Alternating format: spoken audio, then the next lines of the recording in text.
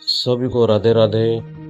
दर्शकों, फिर एक बार आपके सामने उपस्थित हैं एक नए मुद्दे के साथ। आज की कहानी भी एक महिला पर आधारित है, लेकिन यह कहानी सभी से बहुत अलग है, क्योंकि आज का विषय विश्वास और अंधविश्वास का है। चलिए जानते हैं कि यह महिला क्या कहती है।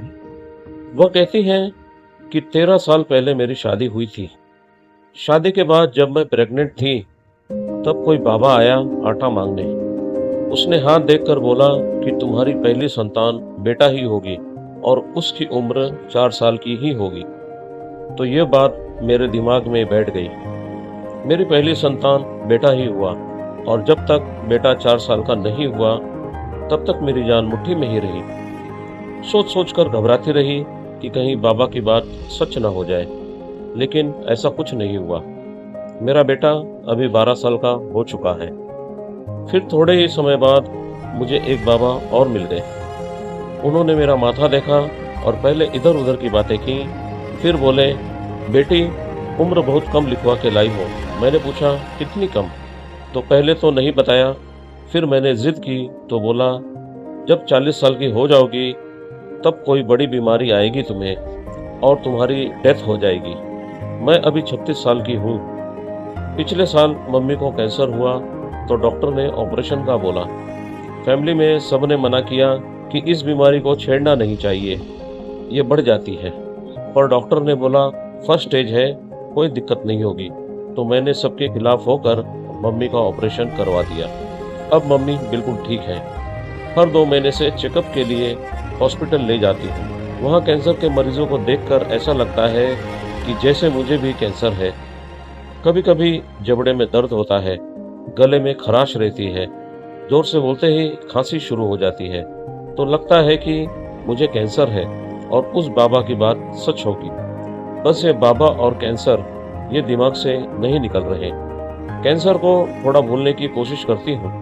इतने में मम्मी के चेकअप का समय आ जाता है, तो फिर मुझे हॉस्पिटल जाना होता है।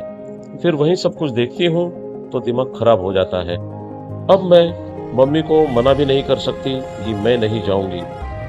मैं जब भी मम्मी को लेकर जाती हूँ चेकअप के लिए तो सोचती हूँ इस बार डॉक्टर से अपने लिए भी बात करूंगी, पर वहाँ जाने के बाद हिम्मत ही नहीं होती। डर सा लगने लगता है और मैं बिना बात किए ही वापस आ जाती हूँ। अब तो मुझे बाबा लोगों से नफरत सी हो गई है। मैं आटा, पैसे कुछ भी नहीं देती उनको, गेट ही नहीं खोलती, पर उस बाबा की बात दिमाग से नहीं निकलती। मैं हर वक्त खुद को बिजी रखने की कोशिश करती हूँ, घर के काम में, बच्चों के काम में, और जब फ्री होती हूँ तो मोबाइल में, ताकि ये उल्टे सीधे ख्याल ना आए। पर फोन में 1-2 रील्स कैंसर की आ ही जाती है, तो फिर से वापस वहीं पहुँच जाती हूँ जहाँ से निकलने की कोशिश करती हूँ। मैं घर से बाहर कहीं भी जल्दी नहीं निकलती, क्योंकि मेरा मायका जहाँ है उस जगह को ना तो पूरा गांव बोल सकते हैं और न शहर, मतलब कस्बा टाइप है। तो उसी माहौल में रही हूँ, इसलिए यहाँ शहर में मुझसे निकला ही नहीं जाता। घर के बिल्कुल सामने पार्क है, पर मेरा पैर बाहर ही नहीं पड़ता। दूसरों को मैं अच्छे से मोटिवेट कर देती हूँ, पर मुझसे अब खुद का ही मसला हल नहीं हो रहा। मेरे अंदर यह सवाल भी चलता रहता है कि क्या यह बात सच है कि हम जैसा सोचते हैं हमारे साथ वैसा हो जाता है। मुझे हाई बीपी, थायराइड की बीमारी तो है, कोलेस्ट्रॉल और यूरिक एसिड भी बढ़ रहा है। मुझे बस अपने दिमाग से बाबा की कैंसर वाली बात निकालनी है। मुझे सुझाव दीजिए कि इसके लिए मैं क्या करूं। दर्शकों, यह थी एक महिला की कहानी जो किसी ज्योतिष या बाबा की बात सुनकर अपने जीवन में दुखी होकर बैठी है। यह हमसे सलाह चाहती है कि आगे क्या करें, क्या ऐसी बातों पर विश्वास करना चाहिए या नहीं। हमारा आप सभी से निवेदन है कि इन्हें अपनी सलाह दें, ताकि इस चक्रव्यूह से ये बाहर आ सके। मेरी पर्सनल राय यह है कि भविष्य में क्या होगा यह कोई नहीं जानता। ऐसे बहुत से लोग भविष्य बताने का दावा करते हैं, और यह भी सच है कि ईश्वर चाहे तो हमारा भविष्य बदल सकते हैं, लेकिन वह हमारे वर्तमान में किए गए कर्म तय करते हैं। ईश्वर तो केवल आपको आपके कर्मों के फल देते हैं।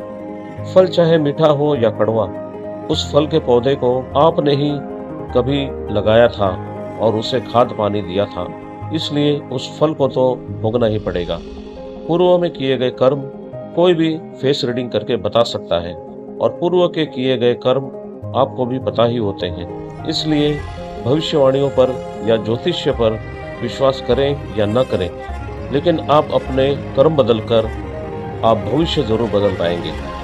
इसलिए आपको मेडिटेशन करना चाहिए और नेगेटिव थॉट्स को निकालने की कोशिश करने के बजाय पॉजिटिव थॉट्स को अपने अंदर भरना चाहिए। जिस दिन पॉजिटिव थॉट्स की संख्या नेगेटिव थॉट्स से ज़्यादा हो जाएगी, उस दिन से आपका बदलना शुरू हो जाएगा और यह काम आपके अलावा दूसरा कोई नहीं कर सकता, आपको ही करना होगा। दर्शकों, इस कहानी से कोई सीख मिली हो तो इस वीडियो को लाइक और शेयर करें। आपके पास भी ऐसी कोई कहानी हो जो समाज के लिए सकारात्मक हो तो हमें ईमेल करिए, या किसी समस्या से आप घिरे हैं और आप दर्शकों से कोई सलाह चाहते हैं तो भी अपनी समस्या हमें ईमेल करिए। हम उस पर वीडियो बनाकर यहाँ प्रकाशित करेंगे जिसमें आपका नाम गुप्त होगा। आप खुद भी किसी को सलाह देना चाहें तो अपनी सलाह कमेंट में लिख दीजिए। जिसकी कहानी है उस तक पहुंचाने का काम YouTube करेगा।